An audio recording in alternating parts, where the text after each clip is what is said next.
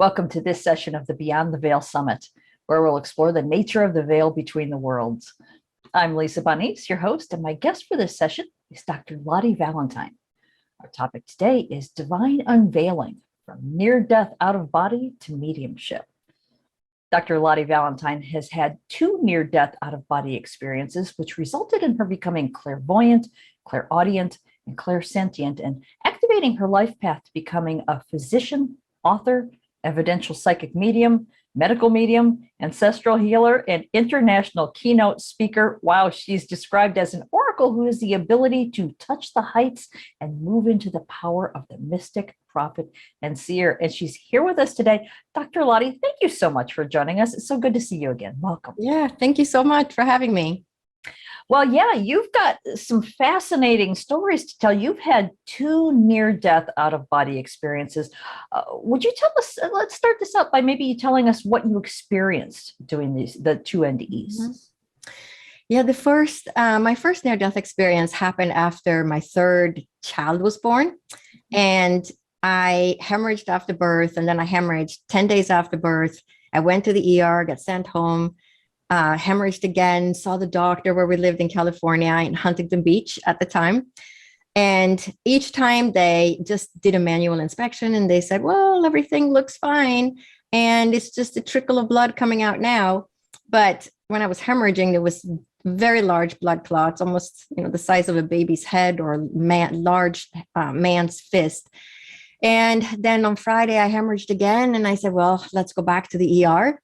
And then I hemorrhaged again. And this is divine interference because I was lying in this ER on the table and I started bleeding again. And to me, now I'm bleeding. This is the third day. And I was 34 years old at the time. And I looked like the picture of health. I had just studied nutrition. I had a degree in nutrition, was very healthy. And back then, I didn't even have a buzzer to ring for help or anything. And the door was closed. And luckily, a nurse came to check on me right as I had started bleeding again. And as she saw me on this table with all this blood around me, I could hear the call on the loudspeaker, OBGYN stat to the ER, OBGYN stat to the ER. And all I was thinking was, well, at least now they're going to figure out something is wrong with me because this is the third day I'm dealing with this. So within a minute, this middle-aged man jogs into the ER, followed by a younger physician, probably a resident physician. And again, they did a manual inspection. And nobody had done any lab work, no ultrasound, no MRI, no nothing. It was just a manual inspection each time saying, oh, it could have been a second lining that came out. So now they're doing another inspection. And as they're looking, start hemorrhaging again. And at this point, I try to sit up and say, I don't feel too good. And at this point, this gentleman that was middle-aged, he knew exactly what was going on. And so he just pushed me back down on the table and they tilted it backwards. So my head goes towards the floor. My feet goes up in the air. And all these people fill the room. By now, my eyes are closed. So I can just hear all the people come in. And I have a nurse on my left trying to place an IV and a nurse on my right quoting my blood pressure. And I'm lying on this table feeling like I just jumped out of an airplane without a parachute because I'm just had this sensation of just falling through space. And now I understand why it took her. It was hard for her to place an IV because I was going into shock at this point. And so at that point, your veins collapse. So now, of course, many times when you go to the ER today, they place an IV, even though, and people say, why did they place an IV? I don't need an IV. Well, because if something happens while you're there, they now have access to your vein and they can inject medications. So they don't have to deal with what they dealt with me, trying to get that IV in. So at this point, I'm telling myself, why is it taking so long? Why can't she get that IV in? And the nurse on my right quotes my blood pressure and she yells out at one point, 50/15, hurry, she yells.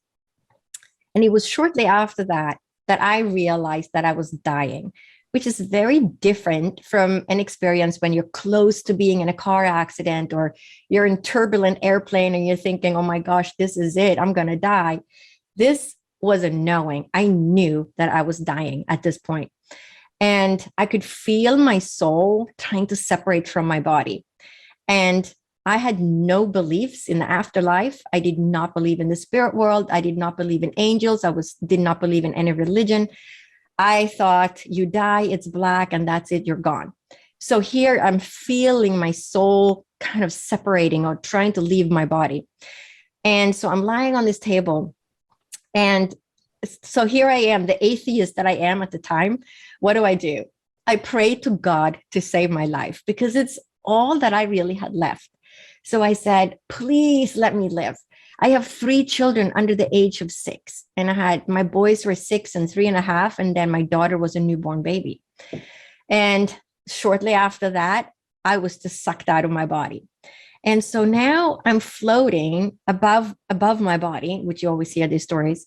I was not in the corner of the ceiling, like a lot of people go to the corner and look down. I was just floating above my body. But my first thought when I came out of my body was, how can this be? How can I still be me and be outside my body? Because I had no beliefs that was even possible. But also when I'm in this space, there's also completely peaceful. I knew that there was no time on the other side. So I'm still in the ER. In my first near-death experience, I didn't go to the other side or beyond the veil, so to speak. That happened during my second one. But during this first one, I knew there was no time, and I had access to past, present, and future. There was no time, did not exist on that side. And I knew that I belonged to the body down there and that I was somehow attached. And people always ask me, did you see, a silver cord or a string? I did not see a cord. I don't know what that attachment was, but I knew I belonged there. Just like you have a car, you go to the grocery store, that's your car, and you get back inside. So my soul had just stepped outside my body. And then shortly after that, I got sucked back in. And the way it happens is so fast, and there is not really any words to describe how, because in a split second, you're inside your body, and in the next split second, you're outside. And many times I have people ask me, how did you leave? Was it through your heart chakra or crown chakra? Honestly, I have no idea, because it's so fast, because 1 second you're inside and the next second you're not. And it's almost like my brain can't quite comprehend how quickly that transition happens.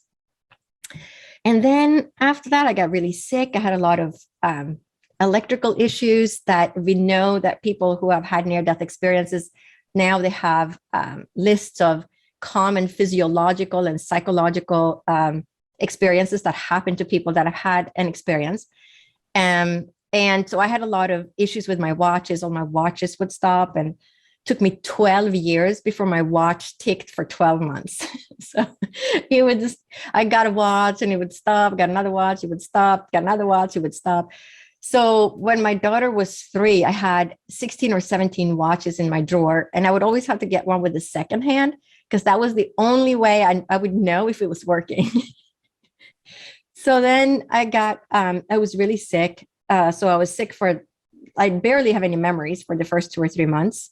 And then my parents changed their tickets back to Europe, because I'm from Sweden originally, so they could stay and help with the kids, because I just slept because I was so sick.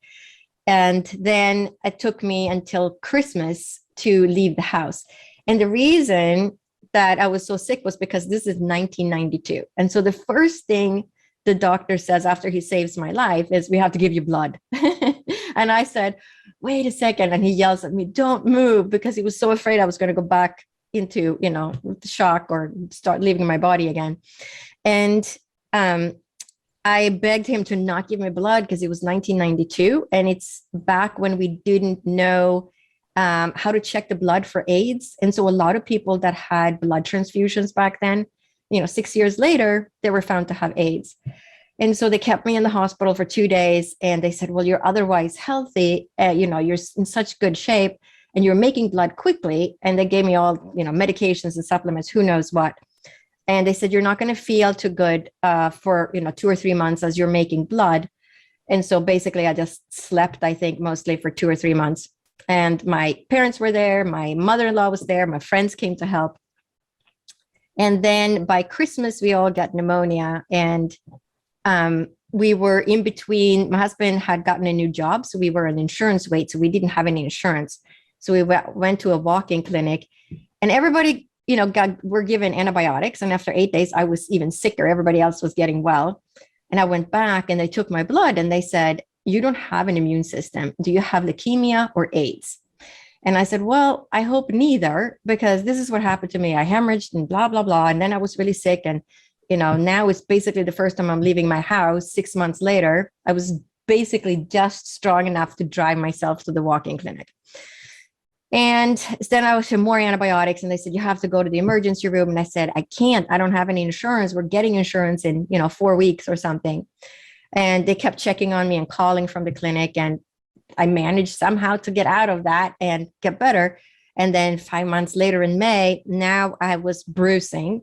And so I bumped into the baby's changing table, something that would give you a bruise the size of a dime, maybe. I had a bruise that spanned my entire hip that was purple and red.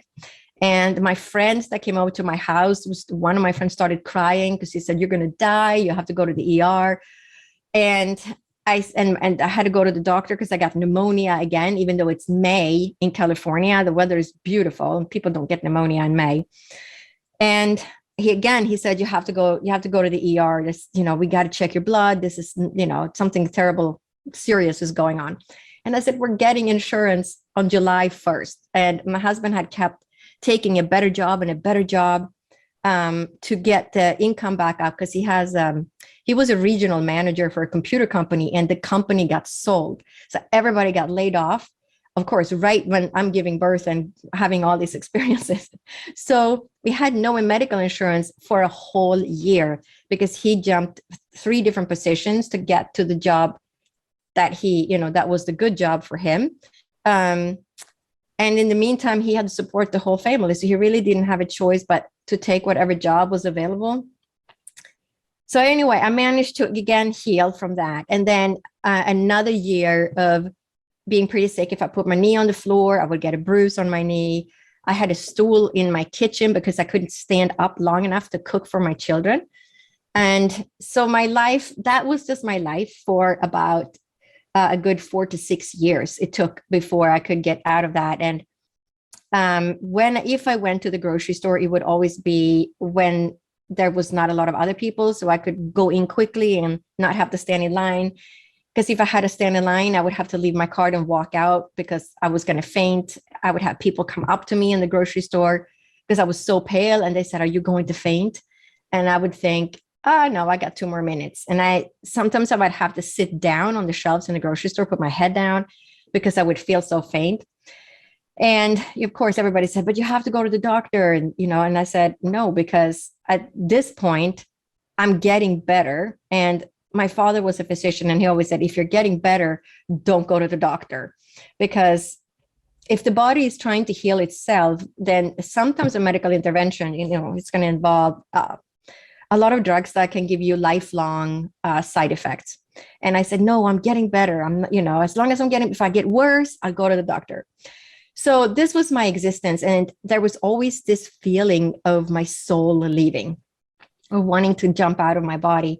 And so every time that happened, I would just kind of hold on to it, almost like you lay a puzzle and the puzzle piece, the last piece sticks up out of the puzzle and you have to pat it down.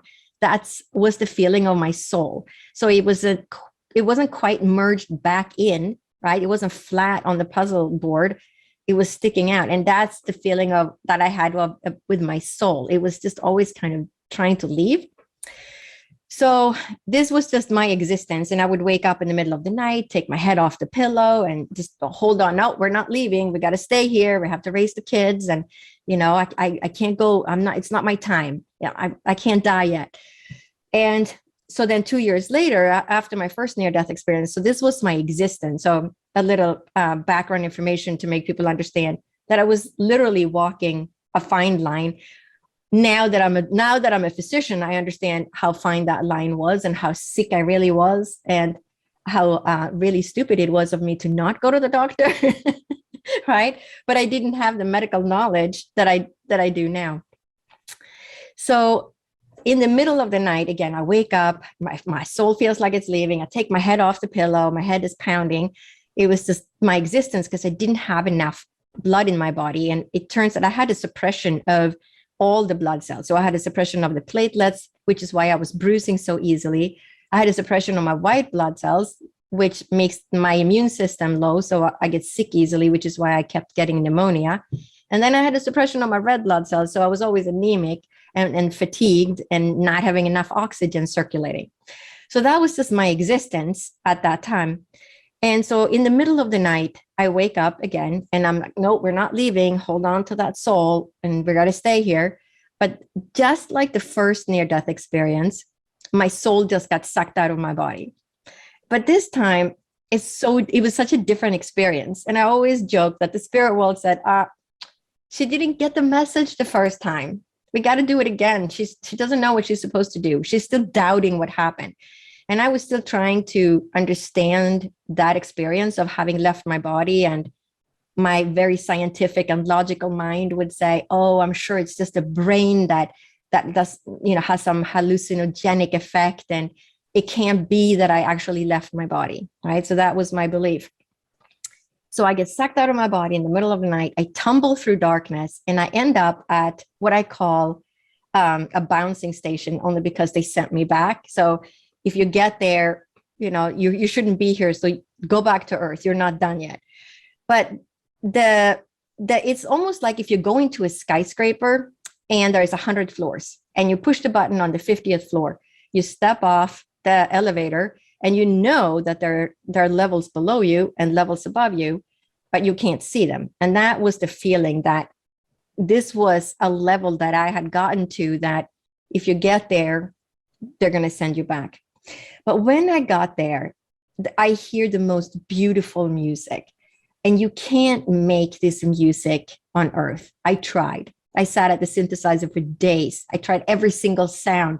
I could not find one sound that sounded like the music I heard.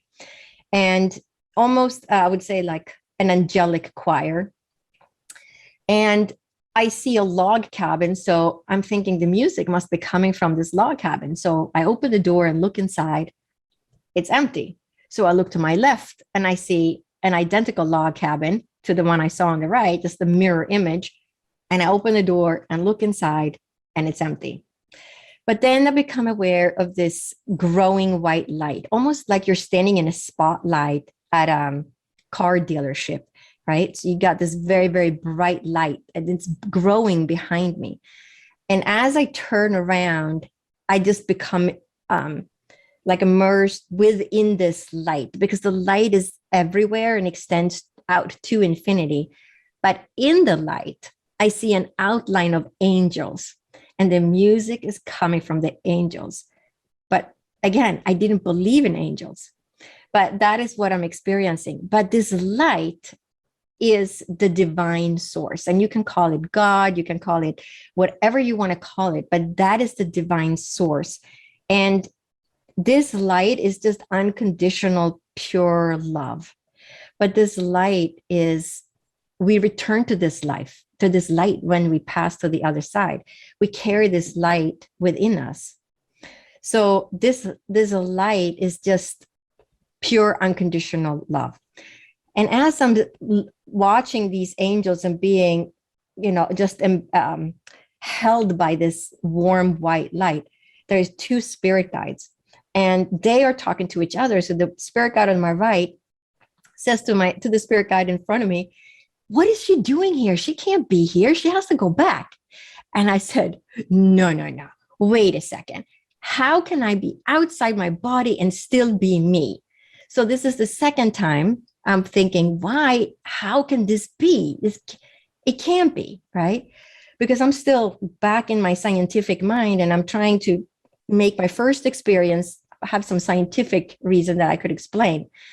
And the spirit guide to my left says, well, if I told you, you wouldn't remember, but you will remember this.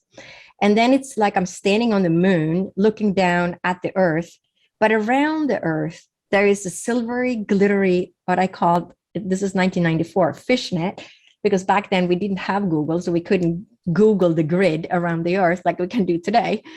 And it looked like a fishnet to me because I grew up in Northern Europe, in Sweden. And during the summers, I lived on an island without any electricity or running water. And my grandmother would lay fishnets in the ocean. And I would be the little kid that rowed the boat for my grandmother. And I was very proud that I had finally graduated to be the rower because I had 3 older brothers. So it was an honor to finally be the rower. And when she took those fishnets out of the ocean in the early morning sun, you would see those water droplets kind of glitter on the fishnet. And the fishnet has this kind of diamond shape. So I'm looking down on the earth, and to me, it looks like a fishnet that is around the earth. So I call it the glittery, silvery fishnet, because it sort of sparkled around the earth. And and the spirit guide said, everything on earth is connected to each other, but everything on earth is connected up to this grid. And with that, I get sent back to earth. So for the rest of my life, so now of course there is no doubt of, what happens when you go to the other side. Of course your spirit can step out, and of course life is eternal, and of course the spirit world and the afterlife is absolutely real.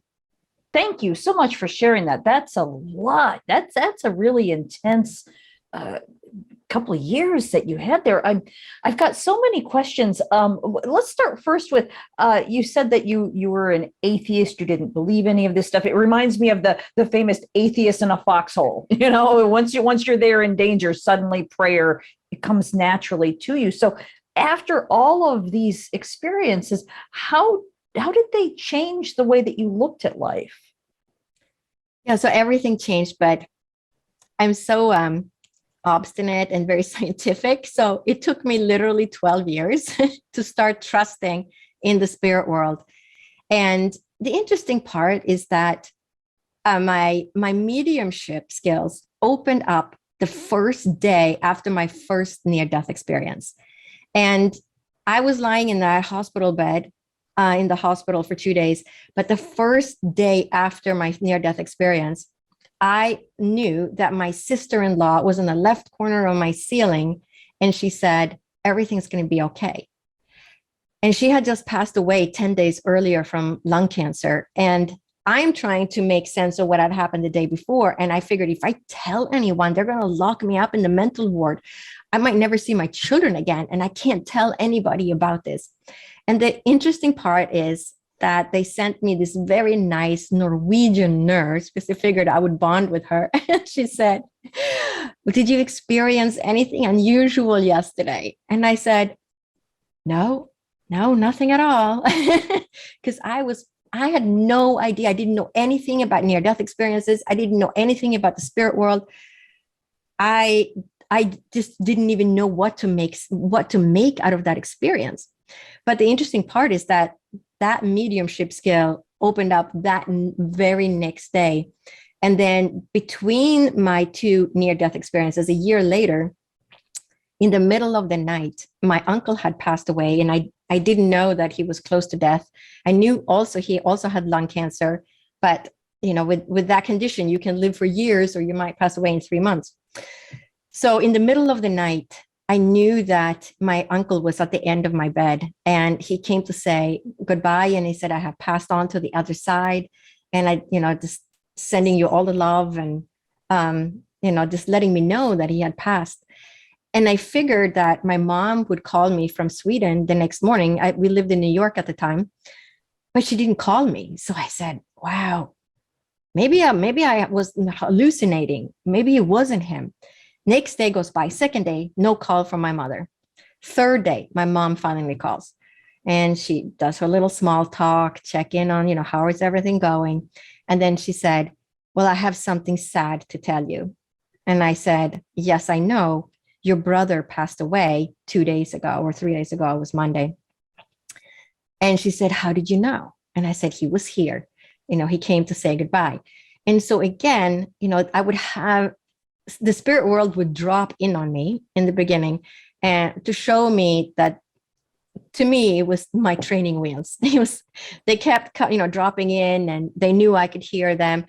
But it was so difficult for me because I didn't have that belief. And I was still struggling with my own experiences and trying to make sense out of what had happened. Yeah.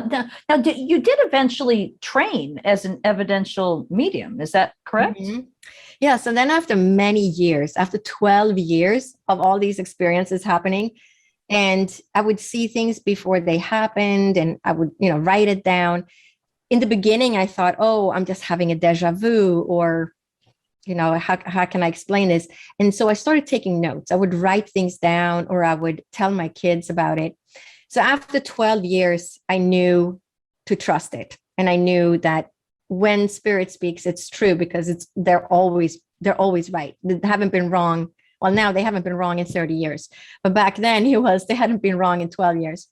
So I was then guided through the spirit world to go to medical school. So I went to medical school when I was 54 and graduated in 2016. And as soon as I graduated, met a woman who sent me to Arthur Findlay College and said, your mother says you have to go. So when I got to Arthur Findlay College the first time, which was in 2017, I still, even though I went to medical school based on guidance from the spirit world, but I couldn't control it yet. And I would just get messages, but I couldn't tune in and then get a message. So here I go to Arthur Findlay College, and I'm thinking, I don't know, could you really bring in a spirit for somebody else? Right? So I'm so skeptical that this could actually be true. And it took me 3 days at Arthur Findlay College before I understood that it wasn't by chance, or it wasn't a coincidence that what I saw. And I still remember my first reading even today, because it was so significant. And we had to bring in a spirit. I think it was day 2 or day 3. The first day we did a lot of psychic work. And then it was the first day we had to bring in a spirit for the person sitting in front of us. And people come from all over the world to Arthur Findlay College. And I looked at the woman sitting in front of me, and I'm thinking, oh my gosh, this woman looks so young. She probably doesn't even have a grandma in the spirit world. How am I supposed to connect with someone? So, and I didn't know what country she was from. So that first reading is still so vivid. And I said, I see your grandmother. And she lives in a retirement home, and it's very small. She's in the cafeteria. She's got a little bit of a hunchback. She's walking with a cane. The cafeteria has an L shape. There's a few tables, maybe 10. And she's having coffee. And I said, do you understand this? And she said, yes. And then I said, okay, now I see a house in the country. And when you open the kitchen door, you see farm animals. There's pigs out there, and there's chickens, and there is a fence, and there's horses behind the fence. And do you understand this? And she says, yes. And I'm thinking, my brain must just be making all this up. How can this be? And I said, now she's showing me a cup of coffee again. And she's in a kitchen. And do you understand this? Yes, she says. And then I said, I see a cake, like a birthday cake, but it looks like a cake out of a Disney movie. So I'm thinking, she kept showing me this cake, and I was afraid of saying anything, because I'm thinking my brain must be making this up. So it was one of those cakes that has 3 tiers. So, whipped cream dotted with red cherries, literally something out of a Disney movie. So finally I said, well, I have to say it, because if I don't say anything, I will never know if it's coming from the spirit world or if it's coming from my brain. So I reluctantly say, okay, I see this cake, blah, blah, blah. So, and then my time was up, because we only had about 10 minutes, I think, each. And she said, yes, I grew up next door to my grandmother in the country. Every day in the afternoon, I would go and have a cup of coffee with my grandma. And that's the cup of coffee, because that was their bond together. And yes, she lived in the country. Yes, there was farm animals right outside. And the cake I had seen was the cake that the grandmother made for her birthday every year. So, and that was my first reading. So this was my 3rd day at Arthur Findlay. And I said, okay, maybe it's not a coincidence. But it is interesting, because looking back, this is now this is in 2017. My near-death experiences were 1994 and 1992. It took me that long to trust what I was experiencing because I kept doubting, can it actually be true? Can it be true that that life is eternal, that the spirit world really exists? And of course it is true. That's awesome. So do you, in your experience, is this something that anybody can learn, or were you able to do this because of the near-death experiences? What are your thoughts on that? Oh, I often get asked that question. Do you have to have a near-death experience to be a medium? Absolutely not. And what's really funny is when I was at Arthur Findlay College and I had, readings, I've been there many times. And this is one of the times I had a reading with one of my teachers. And he said, did you know you're a born medium? You were born a medium. And of course, again, I'm doubting it because my scientific self, was I? Could I have been? So of course, now I know I'm a born medium. And he said, you were a born medium, and some people come here to train and they want to be famous, but you're not one of those people. You were a born medium and this is your life work. And you know what your life work is now because you're a healer and you went to medical school, and it's the integration of the mediumship and the healing part. But when I went there, and I went there with one of my friends that I had grown up with, and when we were little, I would tell her, do you see the energy field around the flowers? Can you see that white, the kind of white aura around the tree? And she would look at me and say, what are you talking about? But what's really funny is that today we study together at Arthur Findlay College, and she is also a medium. So we had very different, experiences. I had those experiences as a child and then learned to suppress it because those around me couldn't see what I saw. And so I quickly learned, oh, no, don't you see the orange aura around that person? What are you talking about? I don't see any orange color around the person, right? And so you learn to suppress those things as a child, and then they came back out. So for me, I had to have these experiences, a near-death experience. I also had to be sick for a long time because that is then what propelled me into the healing profession. And so that now that I've lived that feeling of hopelessness when you're sick and you're wondering if you're ever going to have a normal life again, right? And so having gone through that myself and then finally healed after 12 years, it took me 12 years to be normal, that I could really, go back out into the workforce and do what I wanted with my life. But when you're in that, when you're sick and you're wondering if you're ever going to get well, having gone through that, now working as a healer and a physician, I think it makes me more empathic and understanding of what it is that my patients go through, or people that I work with on my spiritual side. Mm-hmm.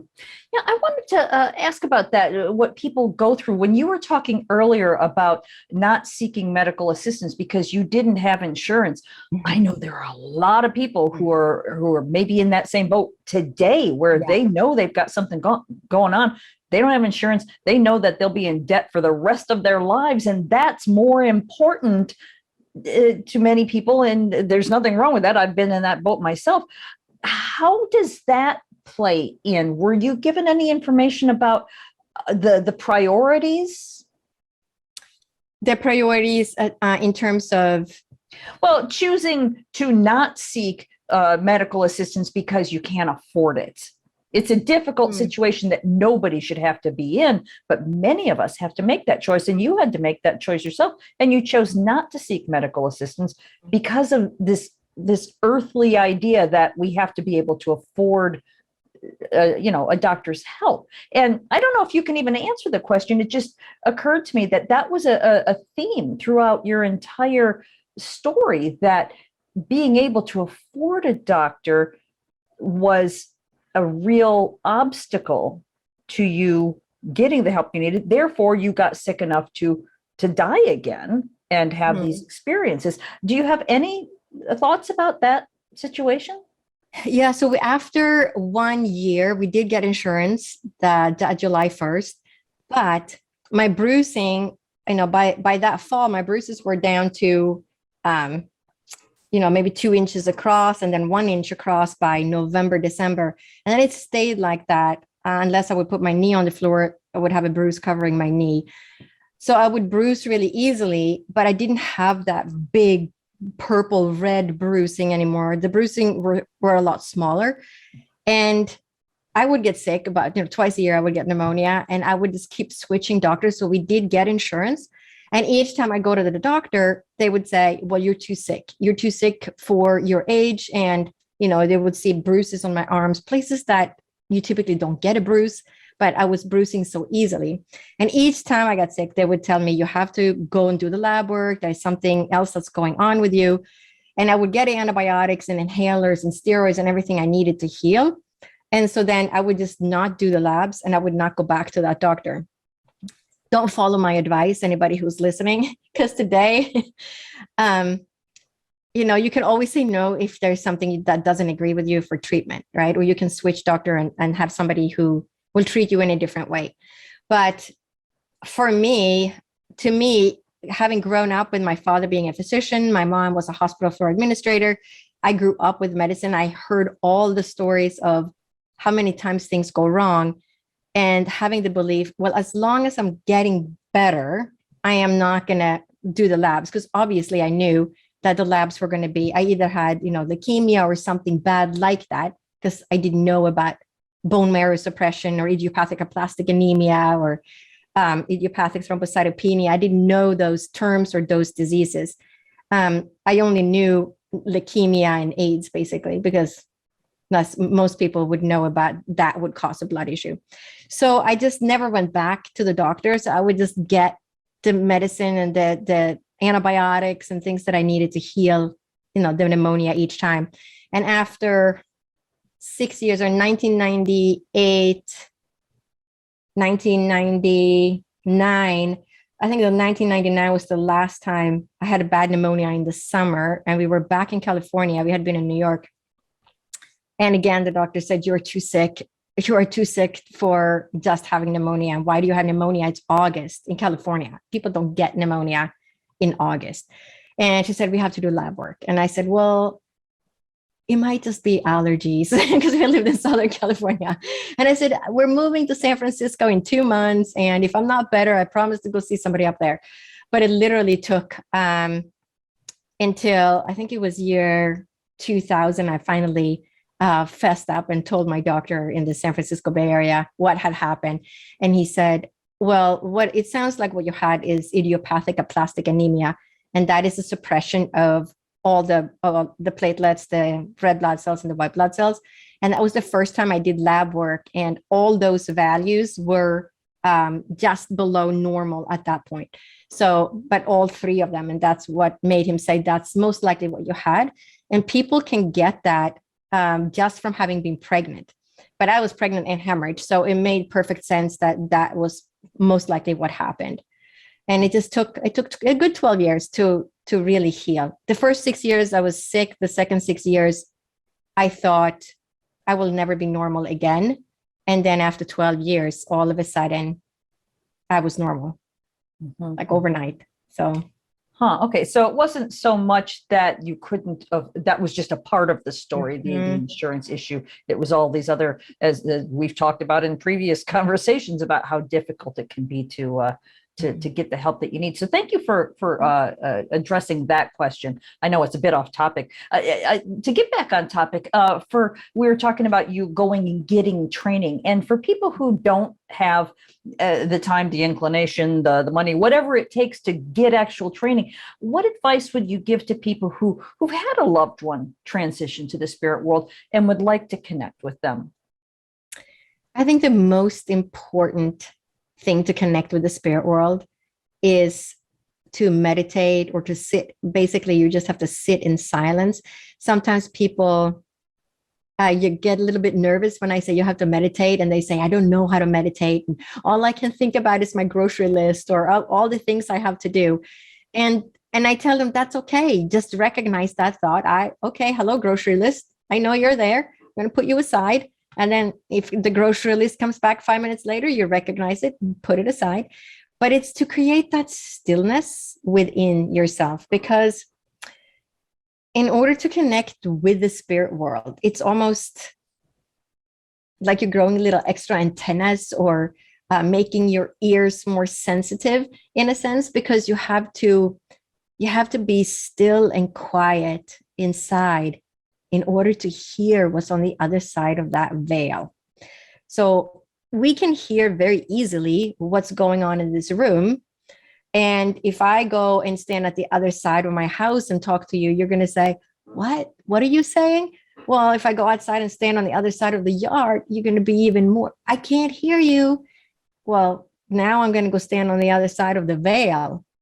So to hear from what's going on from the other side of the veil, you have to be very still and quiet within you, so that you can grow these little antennas and send out those signals, so that you can receive those signals that are coming in from the spirit world.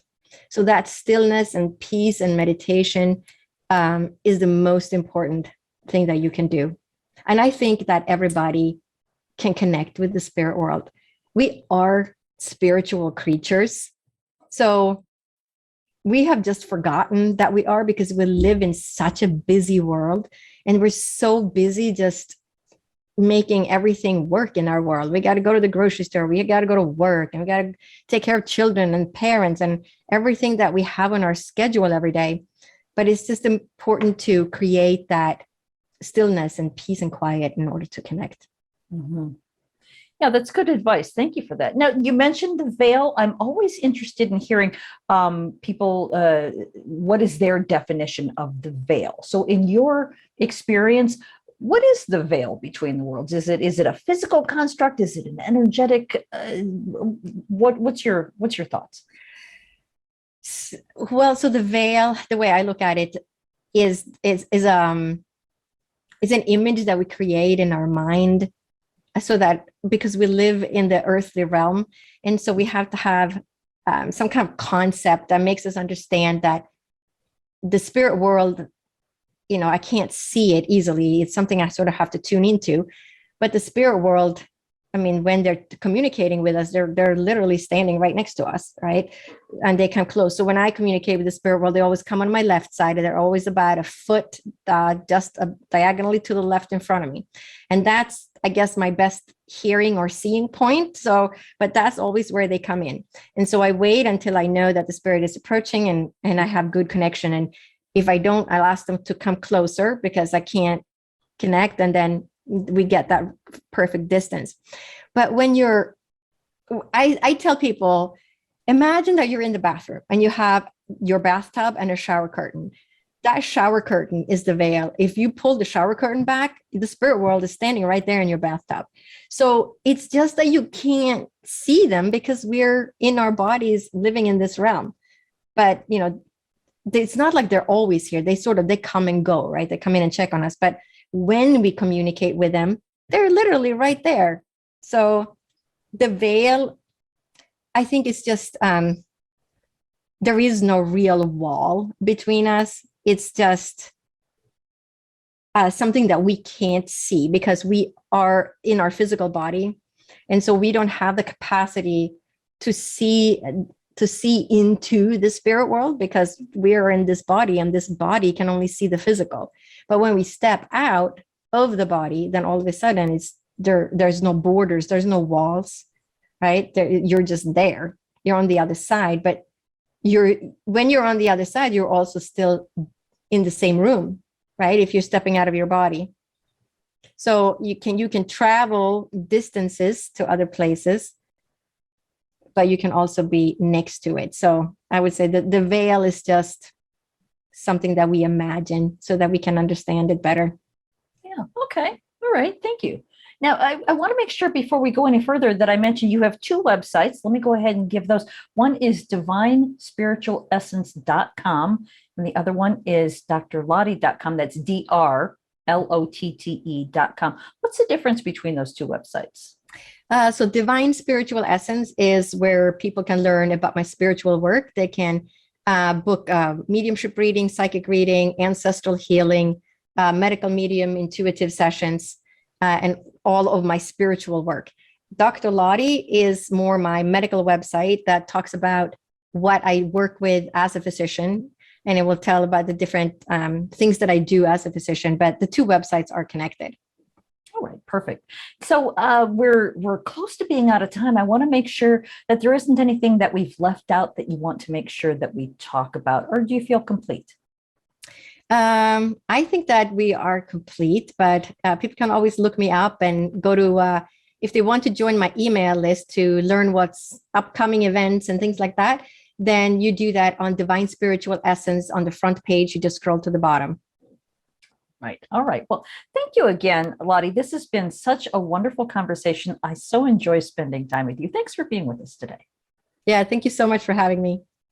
Absolutely. I want to remind everybody that I've been talking with Dr. Lotte Valentin, and I want to thank everyone for joining us. I hope you enjoyed this conversation in the Beyond the Veil Summit.